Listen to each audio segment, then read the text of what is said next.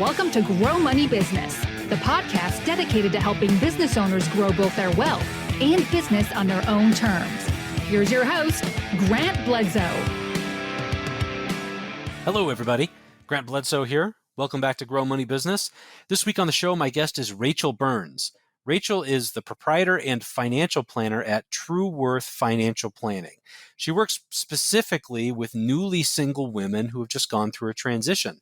Typically, that's someone who's going through a divorce or perhaps has just become divorced or has been widowed. I've known Rachael for a number of years and think really highly of her as a practitioner, and she joins us today to share a little bit of wisdom about the financial ramifications of getting divorced and a few things that anybody who's entering that phase of their life ought to know about, particularly business owners. I really enjoyed talking to her about these items. I also enjoy just talking shop with Rachael because she runs a firm similar to mine and has very similar philosophies with regard to fiduciaries and how to operate in the financial planning landscape and deliver services to clients. So I had a great conversation with her. Everybody does it a little bit differently in the financial planning profession, and I learned a lot from her in this discussion. I hope you do as well. Hey everyone, I need to interject quickly to remind you all that nothing found in today's episode or any other episode of Grow Money Business should be considered financial, investing, legal, tax, fitness, or even relationship advice. It's content that you're free to use and to deploy on your own terms. And before taking any actions on content found on the show, please do consult with your tax professional, your attorney, or your financial planner. If you don't have a financial planner, head on over to threeoakswealth.com to learn more about what we do in terms of financial planning and investments and how we help clients on an ongoing basis. Hello, Rachael. Hello, Grant. Thanks for joining me. I've been thinking that I would love to have you on the show as a guest for a long time. For our listeners out there, Rachael is a fellow financial planner and is someone that shares a lot of the same business ideals and philosophies about how to deliver the service. And you work with a niche clientele of, well, why don't I stop talking and let you explain it? Because we both live in a similar world, delivering a similar service to clients, but the way you do it is a lot different than the way I do it, because in my firm, we focus on helping business owners and you focus on a different demographic. So why don't we start with you telling us a little bit about that? Sure. So I work entirely with women who are newly single, either they're newly divorced or they're newly widowed. And they tend to be, coming from a relationship where they were not the one managing the finances. So it's like something new to them that they're managing finances on their own. So it's a very, very specific niche, not just marital status, but also like their familiarity with finances and their comfort level. Gotcha.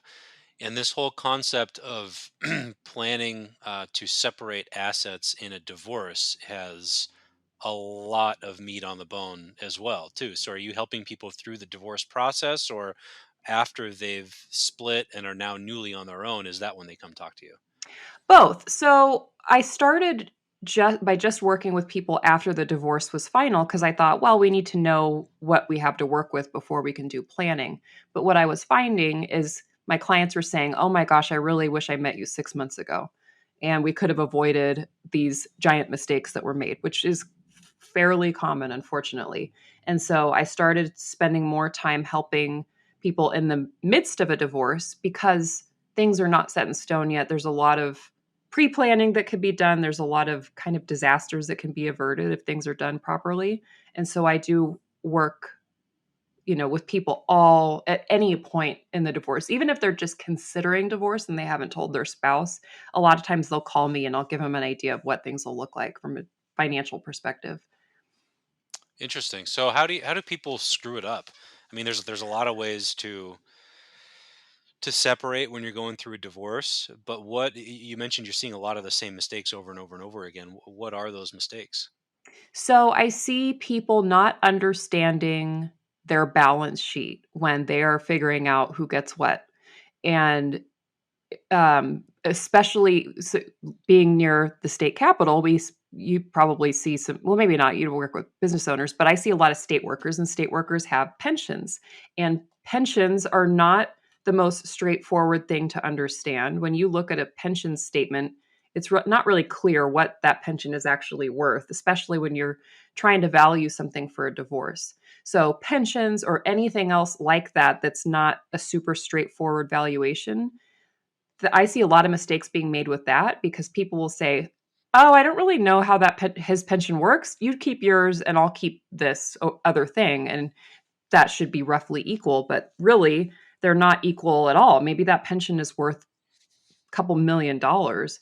Um, and then also I see people leaving assets off of the list. I don't know if it's intentional or not intentional, but sometimes things don't make it on the list. Sometimes things get forgotten about or just misstated. And there's if someone has not been familiar with the family finances, they are they're in a vulnerable position because they're expecting their spouse to be honest and to disclose all these details, but people aren't always honest in a divorce. So there's all sorts of things that can just get like confused or left out or not considered. And maybe it doesn't seem like that big of a deal now, but in 10 years or 20 years, those things can resurface and you can realize, oh my gosh, I made a really big mistake. Right, right. So, what I'm hearing you say is, especially with regard to pensions, and you're right. We have clients with pensions. A lot of people have, maybe the business and they work with us, but their spouse is a teacher or a state worker, and so Yeah, they have access to CalPERS or CalSTRS or something like that.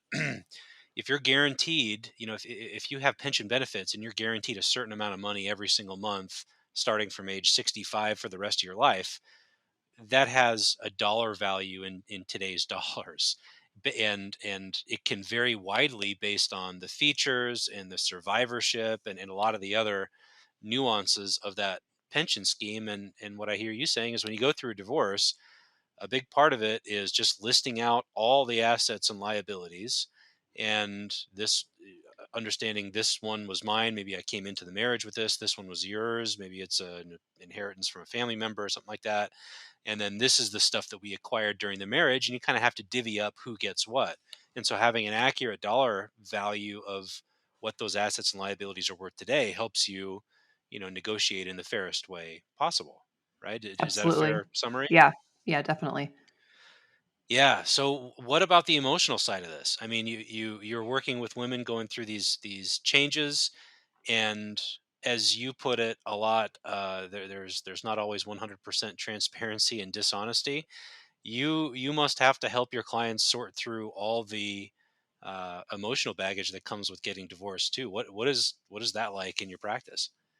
Um, I would say even for a non-divorcing person, money can be a very emotional topic. I mean, you think about all of the money baggage that we all have from our past and mistakes that we've made and lessons that we didn't learn or something. Everyone kind of has this emotional reaction to money, but I think women, and especially women who are going through an extremely emotional life transition, um, it is kind of almost like therapy slash financial planning with me. There's a lot of crying. I mean, clients cry. It's extremely common that clients cry in meetings with me, which I'm like, cry as much as you want. Nothing phases me. But it's scary. They're going through a scary time. They don't know what their future is going to look like. They don't know what their financial future looks like. They just feel so vulnerable. They're so scared about their future. And I feel like most of the people that I meet with, their future is actually not scary. Or I mean, it's they have to go at it alone, and that's scary. But like their financial stuff might look pretty good, but they just don't understand it, and the uncertainty is the uncomfortable part. And once we're able to like give them an idea of where they stand and where they're going, and just knowing what they need, like the simple things that they need to do to stay on track, Hmm. alleviate so much stress you wouldn't believe. I mean, that's a giant burden that can be lifted off of them if they're not worrying about how am I going to feed my kids, or are they going to be able to go to college, or I mean, there's all these things that maybe us as advisors take for granted, like, oh, because I see people that I'm like, you have plenty of money, why are you so worried? But they've just never had to worry about it before. They've never had to think about it. Right. And the logistics of getting money from one place to the other, people are people are fearful when they don't know. Yeah. That's a really common thing. I'm curious about this crying because it comes up in every decent advisor's career, I feel like, Yeah. and it happens occasionally in my meetings with clients based on what's going on. And for the listeners out there, Rachel and I both have to go through a bunch of continuing education to maintain our professional credentials and our licenses and all this stuff. And a really cool hack for both of us is I have all these requirements to meet. I want to learn as much as I can about how to help business owners, and Rachel wants to learn as much as she can about helping women going through transitions and divorces. And so her professional credentials cater to that. Mine cater to this demographic, right?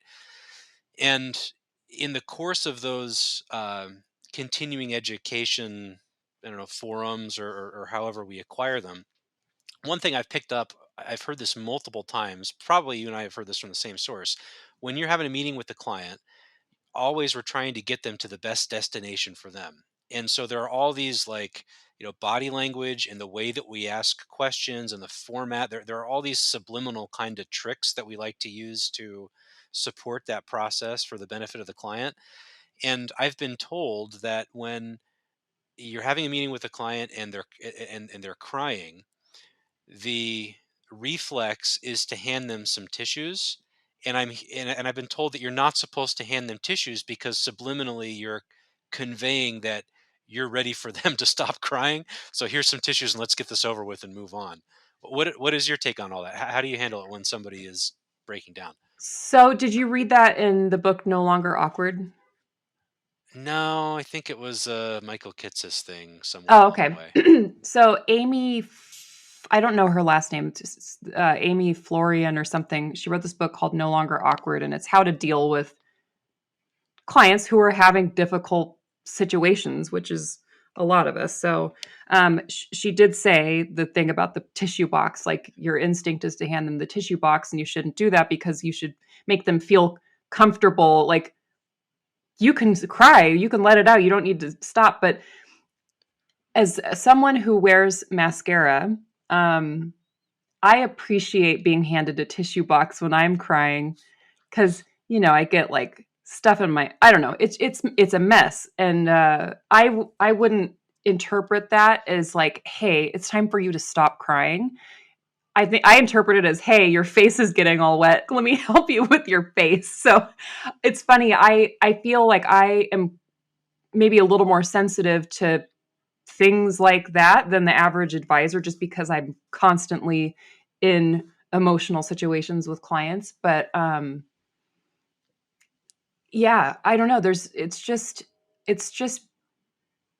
being comfortable with someone having discomfort in front of you. I mean, like you're not there to I'm not their therapist. I'm not there. I mean, but I can support them. I can support their entire self rather than just the financial part. Like I can acknowledge, yeah, we're talking about finances, but really this is involving all these other emotions, and I acknowledge that and I support that, and I'm not the least bit uncomfortable with it, and so I'm like let it out, like Yeah. but I would hand them a Yeah. tissue box. That's interesting, and you put it well. I feel the same way. Like, and if people are engaging us for to be supportive of them, and the focus is on finances and what money goes where, and savings and retirement and taxes and all that stuff, right?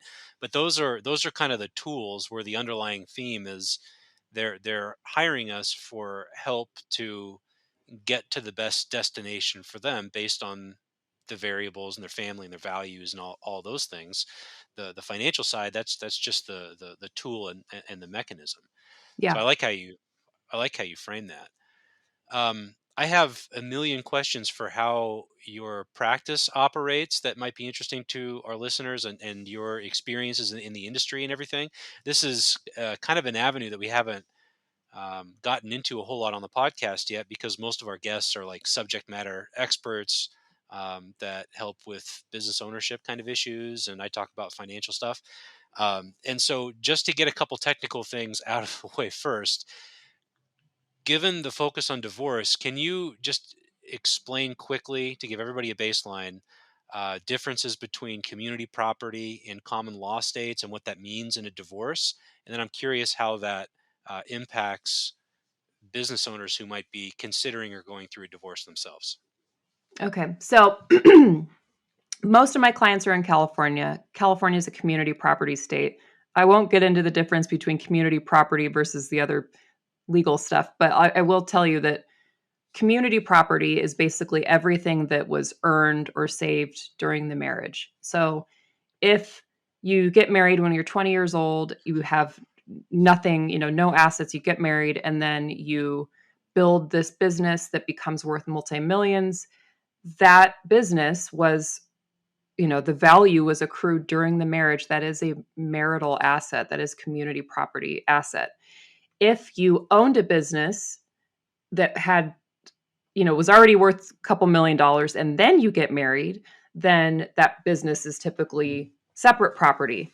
And where that really matters is when you go to get divorced. So when you get divorced, things that were separate property and stayed separate property, meaning you didn't muddy it up by adding your spouse to the deed or something, as long as it stays separate property, that's kind of off the table. You still have to disclose it. You disclose all your financials when you get divorced. You say, okay, I own this thing and it's all mine. I had it before we were married, therefore it's separate.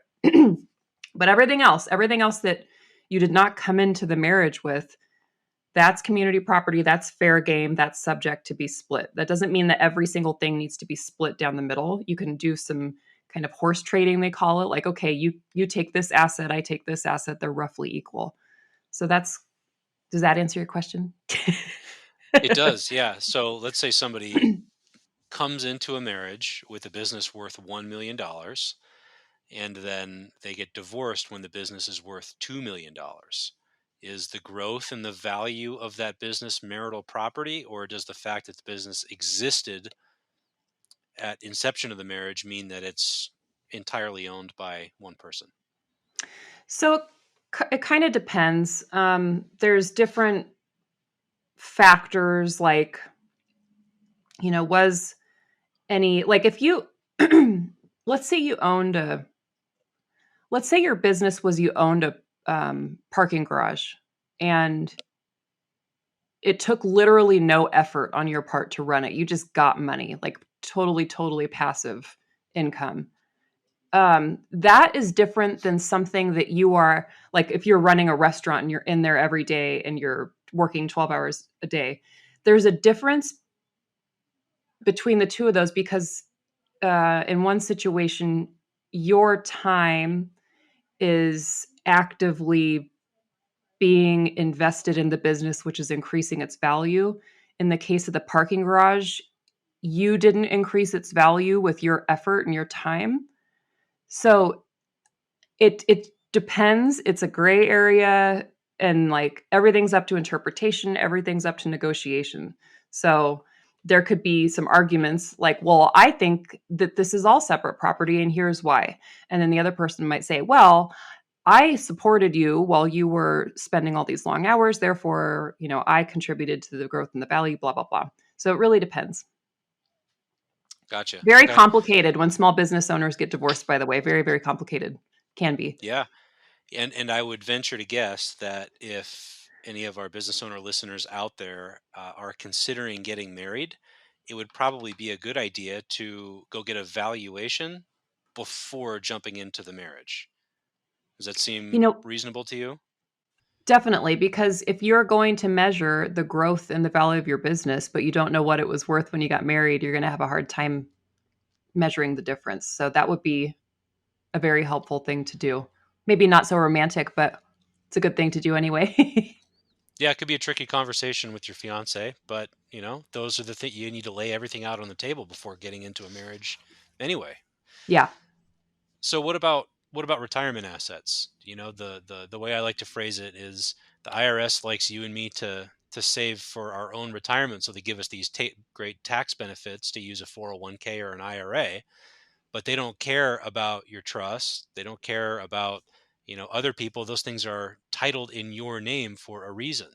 So if you have a pre-existing IRA going into a marriage, but then maybe you make more contributions to it during the marriage, or maybe the value of the assets grows over the course of the marriage, and then you get divorced, how do you handle it then? So, similar to the previous situation, so you would need to figure out what it was worth at the time you got married. And if it's an IRA or a 401k, that's usually pretty easy, as long as you didn't get married like 50 years ago. Um, so you would compare that value. That becomes basically the value of the separate property portion. And the growth that happens beyond that and the contributions that are added after you get married until your separation date are typically considered community property. So it's, ideally, if you have separate accounts when you're getting married, you just kind of keep those separate and you have community property going into a different account. But I mean, you can definitely figure that out after the fact. You just pay someone like me to figure it out for you usually. Right. And that's the work that you do and what is the designation you have? CDFA, is that right? Divorce financial analyst. And can you describe exactly what that is? Because that's a little bit different than traditional financial planning. Yeah, so there are all sorts of financial aspects of divorce that are very unique and uh, not common knowledge to financial advisors. So the stuff that I learned about in the CDFA exam does not overlap whatsoever with stuff that I learned in the certified financial planner exam. So the CDFA looks at a lot of it has to deal with how to split assets and how to avoid potential problems that come from splitting assets and avoiding pitfalls. There's it goes over how different things are like how taxes are impacted by divorce, in the midst of the divorce and after the divorce. There's a lot of questions as to the marital home. What are the options with the marital home? Do we sell it? Does one person refinance? What's the best option there? It goes over support payments. So there was a change a few years ago with the tax law change where um, alimony is no longer taxable at the federal level. That's a change. So there's all sorts of strategizing to do and decisions to make that involves stuff that you wouldn't normally come across. So a lot of financial advisors say they specialize in divorce, but what they mean is I like people who have money in motion, but Yeah. they don't actually. Everyone loves divorcees, especially wealthy divorcees, but they don't. A lot of them don't actually, you know, dive into that part of the divorce or like pension valuations or business valuations or things that are hard to value. That's not something that the average advisor does. Right, right. We've had another guest on. It's been a while, but Melissa Ellis. Do you know Melissa? That sounds really familiar.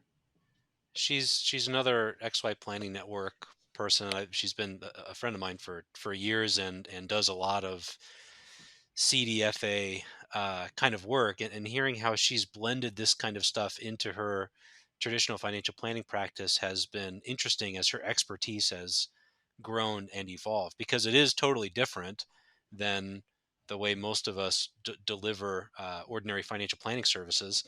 And I recall her saying that the benefit to a couple going through a divorce to hiring a CDFA is that this is all stuff that your attorney is going to need to figure out on their own. And not very many of them are well versed in the tax ramifications and the splitting of property. Like they probably have a great deal of experience in the legal ramifications of all this, but not as much the financial ramifications or the way to structure it for your benefit. And their hourly rate is probably higher than most CDFAs who can do it for fewer hours at a lower cost. And so Yeah. there's a lot of benefit to people going through divorce, bringing in a specialist to do this exact work and just put the right information in front of both parties' attorneys at the right time to save everybody money and make it move faster. Absolutely. So it's a common misconception that your attorney, if you have an attorney, that your attorney is going to give you financial advice. You don't typically want financial advice from an attorney, and you don't want legal advice from a financial planner. But I think people just assume that, oh, my attorney is going to figure out the best financial strategies for me, but they're experts in the legal part, and a lot of them have a lot of knowledge and experience with some of the financial stuff because they see the same kind of situations over and over again, but they're not thinking about your long-term financial future necessarily. They're trying to get you through this process in the best shape that you can get through it, but you can't assume that they're doing long-term financial planning for you. And so I am a big believer in going to experts who have expertise in that one thing. Like, I want legal advice from an attorney. I want financial advice from a financial planner. I want therapy from a therapist. I don't want therapy from my attorney because the attorney is going to get uncomfortable and they're going to charge you a gazillion dollars. Like, when everyone stays in their lane, I think the quality of advice is better, and everyone kind of gets the best outcomes out of that. And there are certainly some attorneys who, you know, are able to advise you on that kind of stuff, but I wouldn't expect that. Yeah, they're definitely out there, but I agree. I don't think that's the norm either. And I've known a lot of attorneys over the years who've been really, really poor financial managers because that's just not their thing, right? They focus on the law across all disciplines, not just um, marriage and divorce and so forth. But Yeah. uh, at the end of the day, you want to be a mile deep and an inch wide, as Yeah. opposed to a mile wide and an inch deep, because that doesn't do anybody any good. Yeah. And I often will meet with someone and they'll show me what their attorney has concocted, this plan. And I'm like, nope, here's why this doesn't work. Here's why this is not fair. Here's why this is not equal. And it's not super obvious stuff, but it's stuff that the attorney is not trained to look out for because their specialty is in another area. And so I've helped people make some big mistakes on settlement agreements that their attorney has drawn up, and I'm like, that's not the best thing for you. Right, right.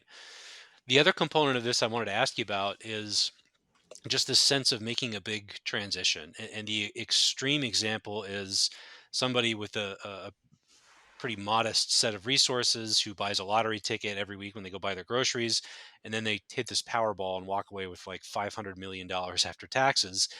And that is a huge disruption to their day-to-day life. And there are advisors out there that specialize in helping people through these transitions and come up with a framework to help govern that. You must deal with that all the time. Can you elaborate on what that's like and what people need to think about who are going through a major life and financial transition like this? Yeah, so whether someone gets divorced or they're newly widowed, I mean, their financial picture probably looks a lot different. And even if they were involved in the financial decisions, they still need to put in a lot of work to figure out, okay, what's my new situation? Because it's everything that you thought was true is kind of gone. You have to assess your new situation. And if someone is not used to managing the finances, if they've never had to worry about budgeting, if they've never thought about investing, and all of a sudden they get this settlement handed to them, or, they have an insurance policy payout or something, and they have this amount of money that maybe they've never seen before. I have clients where they're like, "Oh, I have way more money than I thought. I'm going to do this, this, and this." And I'm like, "No, no, no, no, no."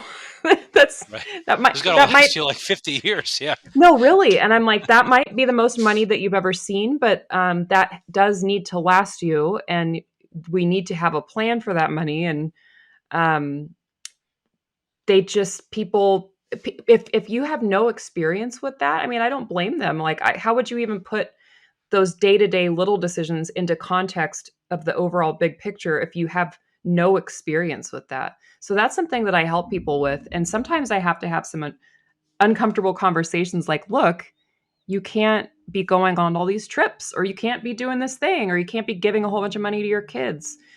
So yeah, it is a huge adjustment. More money, more problems. No money, more problems. It's jarring for people too.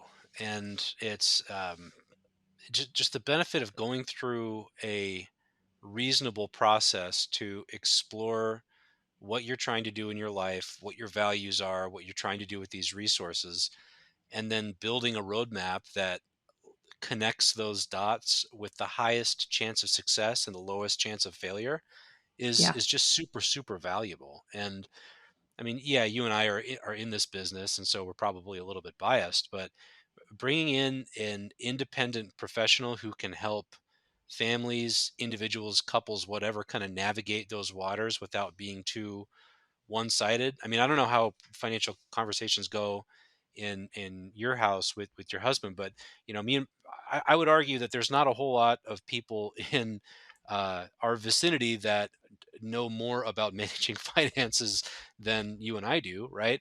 Yet when I go home, some of the conversations with my wife about money are not the most productive because we happen to be married too. So bringing in an independent person to kind of navigate those, make sure everybody's heard, and just lead the discussion is such a it's a much more positive way to navigate it than it is to just kind of bumble around without a rigorous process in the course of your ordinary relationship. Yeah. Yeah, definitely. Having a neutral third party really Yeah, helps, because even though, we're married, like, it's still an emotional thing. Like, if we're talking about college planning for the kids, it's a kind of emotional thing, because he's thinking about what his experience was when he was in college. I'm thinking about mine, and we think, well, this is best. And no, it's like, if there's still it's still an emotional decision. And having someone, even if you're knowledgeable about finance, just having another person there to kind of facilitate that conversation can be really helpful. yeah, absolutely, absolutely. So you've been in the industry for a while now. How long have you been at this? Since 2007, I saw on your website that you were 2007 too. So we Yeah, well, started at the same that's time. very cool. Very cool. And where did you start? Morgan Stanley. You did. Okay. So, as an advisor or doing something else?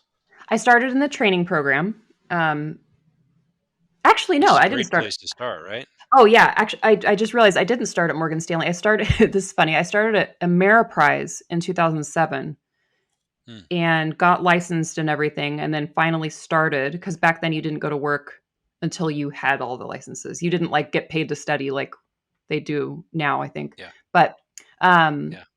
so I went into the office on a Wednesday, and I put in my letter of resignation on a Saturday. So I spent 3 days at Ameriprise in 2007. And then I went to the Morgan Stanley training program, which was, and Ameriprise is really great, by the way. I ended up going back to them later in my career, but yeah, spent the majority of my career, I would say, at Morgan Stanley. That's a very cool place to start. I've heard good things about that training program for newcomers. Yeah, yeah, it was good. It was a good experience. I was sad to leave. I got whisked away by a team at Merrill, and I was sad to leave Mm. Morgan Stanley. Ah, you got headhunted, got recruited. You're Yep, too I good. did. You're too good. I did. I started also in 2007, as you mentioned, but not doing this at all. It was on the institutional side at Charles Schwab on the Oh, okay. securities lending trading desk. Yeah. And what I've described a little bit of what that means on the podcast, but it's super technical and it's easy to lose people. How familiar with short selling are you, Rachel? Fairly familiar. Fairly familiar. Okay, so Yeah. when you're selling a stock short, you have to borrow it from your brokerage firm before you Oh, can that kind of sell it. short selling. Yeah, definitely Not familiar. not in the real estate sense Yeah. with the stock sense. Yeah. So securities lending is kind of this underbelly that of the payments and settlements system in the markets that is happening all the time. And so if you have if you or I have a client who wants to sell shares of Apple short, there's millions and millions of shares of Apple out there in the market. It's easy to find. You can borrow them readily at any brokerage firm and sell them short for free. But there are a lot of companies out there, smaller companies who might not be of the same caliber of leadership and governance, and they might not have the same product. And so you might think that they're more likely to fall than Apple is, which makes you want them to sell them short more. And so there's more demand to borrow these smaller cap names often, and your broker may have to find the shares somewhere in order to lend them to you to sell them short. And so if you're a place like Schwab, you have millions and millions of accounts, but most of them are very um, plain vanilla, long-term buy and hold kind of investors, whereas a small minority may be active traders and want to sell a lot of shares short. But if you're a hedge fund and you're like a Goldman Sachs, whose most of their business is driven by hedge funds, they want to sell a lot more shares short than they have in their own inventory. So most of my job was to, I had like 6 or 8 different counterparties and basically trading all day with like JP Morgan and Deutsche Bank and a couple of others, which is a cool place to learn. I feel like I missed out on some of the core financial advisor training stuff that you got to go through at a place like Morgan Stanley. But the institutional side is a really cool place to start too, because you're dealing in big volumes and it's certainly rigorous and you learn a lot of stuff along the way. So it was a Oh, yeah. cool place to cut my teeth. Yeah. And I think all of that, like even experience that doesn't seem super relevant is relevant because I don't know, it just contributes to your overall understanding of how all of this stuff works. Because financial planning is just one little piece of like finance. There's so much more to it. Yeah, it really is. Absolutely. So when when you were at Morgan Stanley and then Ameriprise and then Merrill, were you focusing on women newly single, or was it more general, or what was the focus, and when did you first start zeroing in on this kind of niche? It was very general the whole time because I was on two established teams. So I was on a team for several years of the time I was at Morgan Stanley, and then I was on a team the whole time at Merrill, and then my team left altogether to go to Ameriprise. So I was never solo. So I was attached to like an already very successful team, which was wonderful, and I Ah, didn't have a lot of pressure to bring in clients because we had so many clients. It was just like just helping them serve what we already had, really. Um, but yeah, so their niche was not women in transition. So I just my niche was their niche. But once I found XYPN and realized that it's actually doable to start your own firm, I was like, I'm just going to work with women in transition. Why can't I just do that? I didn't think that you could just do that, but I did it. And so ever since then, I have maybe I think my only male clients are like my dad and like maybe two other guys. But other than that, it's like I'm hardcore niche. Like everything is newly single women. good for you. Good for you. Yeah. And XYPN, for everybody out there, that's the XY Planning Network.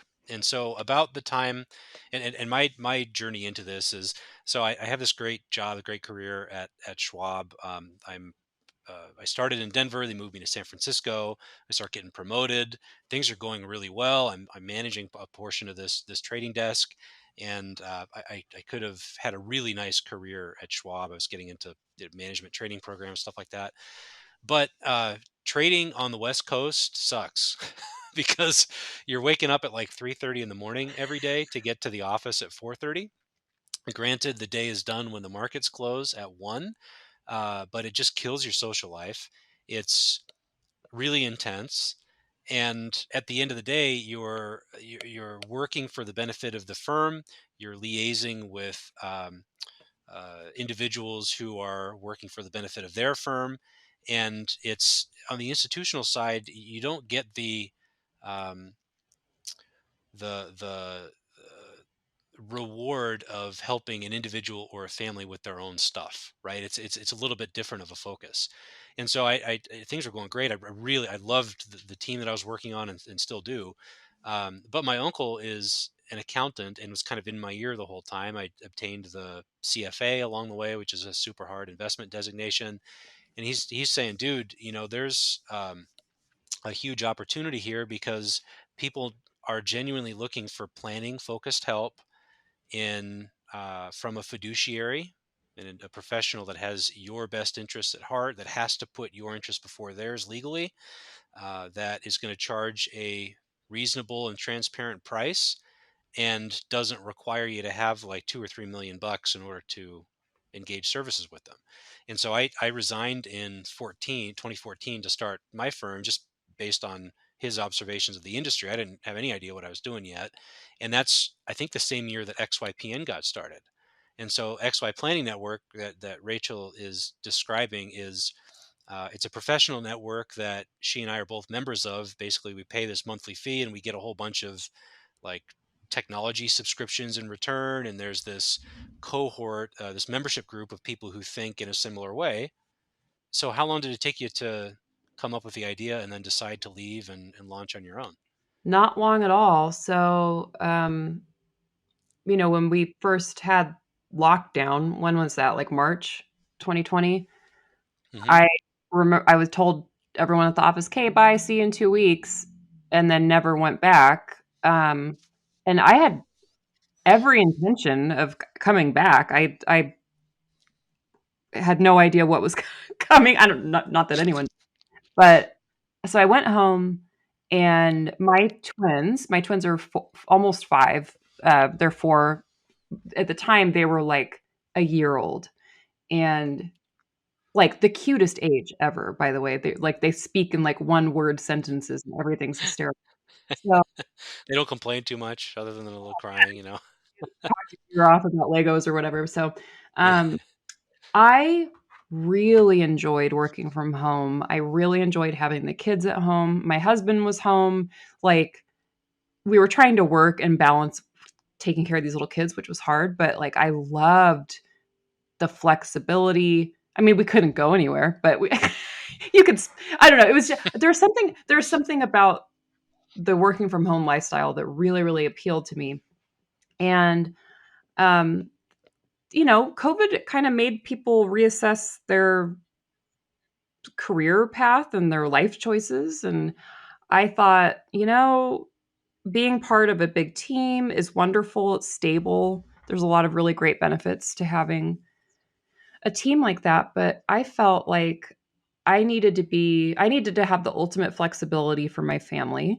And I just wanted to do something a little bit different. And I wanted to have a schedule that I make up myself. And I didn't feel like I wanted to burden my team with all my ridiculous demands. Like I was like, no, no, no. I need to create this myself. I'm going to create my own job, and that's what I did. And so once I figured that out, I feel like it didn't take long once we went on lockdown because I was like bored and going on walks and listening to podcasts. And I was like, okay, this is. And so I got the idea, and I think it took me about a month to actually like write a business plan and figure out what I was going to do. And then I put in my notice. Like, it was less than 2 months from when I had the idea to when I resigned. So not Holy long at all. smokes. Yeah. I I've was, never heard of anybody doing that quickly. This is usually like a years in the making kind of thing.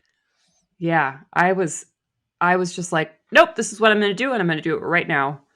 And I would get up every morning at like 4 in the morning and work on the business for a few hours before anyone woke up. And then I would, my husband and I would take turns with the kids and working. So I was just like, it was crazy, but I mean, I got through it. I mean, you don't have to spend a year preparing to launch. I don't recommend people just go out and launch without putting a lot of preparation into it, but it's Well, doable. your husband had a stable gig too, which helps a lot, right? He's an Yes. engineer, is that right? Yes. Yes. And that would not have been possible without him. And I understand that not everyone has that luxury. Like, if you are going to start your own business, whatever kind of business it is, if you are the sole breadwinner, there's a lot more at stake and there's a lot more pressure to get it profitable really quick. But with me, I knew that we had income, we had health insurance, nothing would be disrupted like that. And I told him, like, hey, how do you feel about me potentially not making much money for a while? And he's like, not super excited about it, but he's like, whatever, if that's what you want to do, we can make it happen.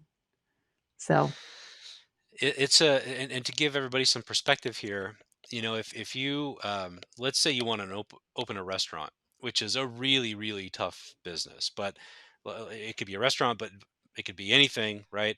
In most industries, you come up with a business plan. When it's time to launch, you have to come up with a whole bunch of cash to maybe get a big lease for your restaurant to go into, or to put equipment into it, or something like that. And then you ordinarily start making revenue like pretty quickly. And the whole game is to make sure that you have cash coming in fast enough so that you can cover your debts and pay yourself a reasonable amount. In our business, you don't really have a whole lot of big fixed costs out of the gate. We have some technology and some other costs that really have to be there, but you can operate in a very lean way when you launch a financial planning business. The biggest issue is that you're not getting revenue on day one. You might not get very much revenue on day 500.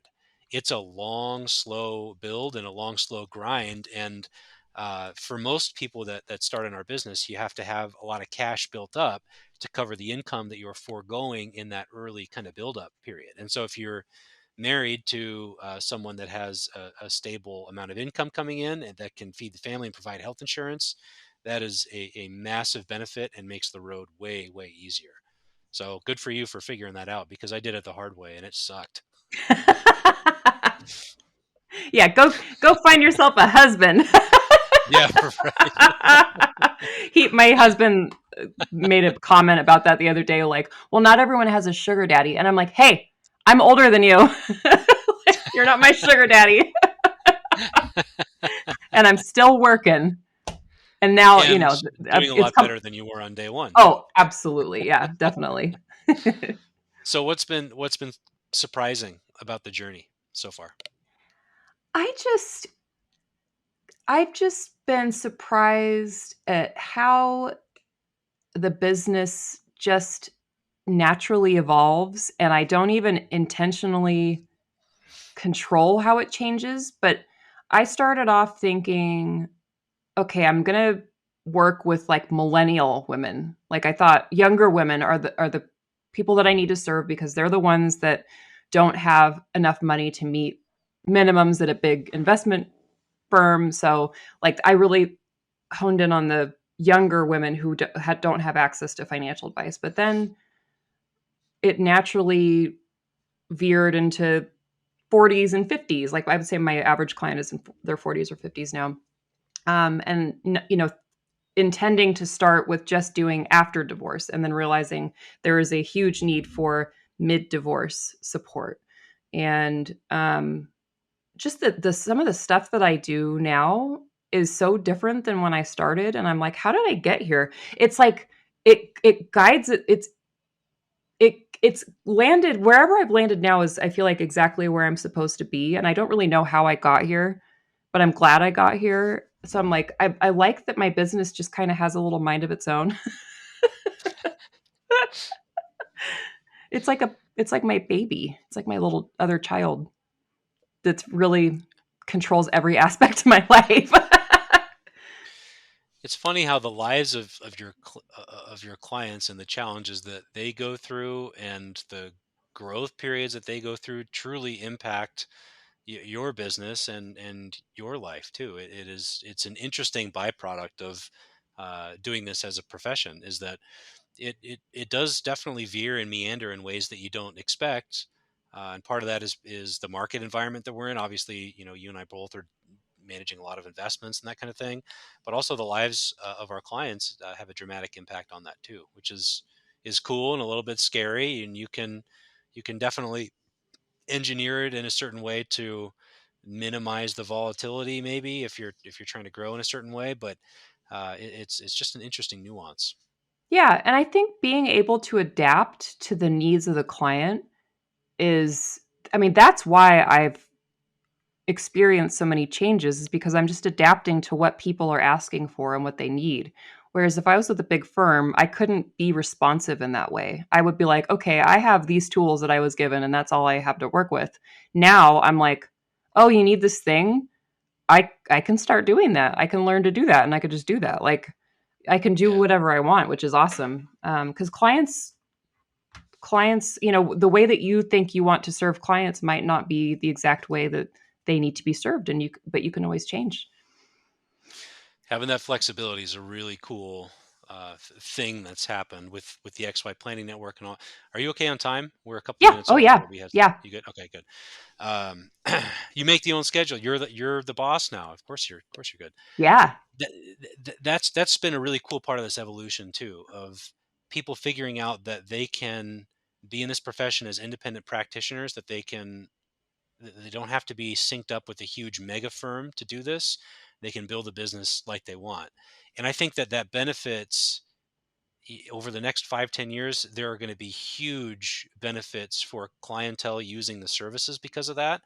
Because if you think of for you and me, it's in our best interest to build out some kind of service model for how we with regard to how we see our clients, right? How many times a year are we meeting with them? What kind of stuff are we covering with them? How deep are we going in various topics, right? So if I'm a generalist and I have 100 clients and they all have come from different professions and they're all going through different things, I'm not going to be able to be as deep or knowledgeable about any one of those things.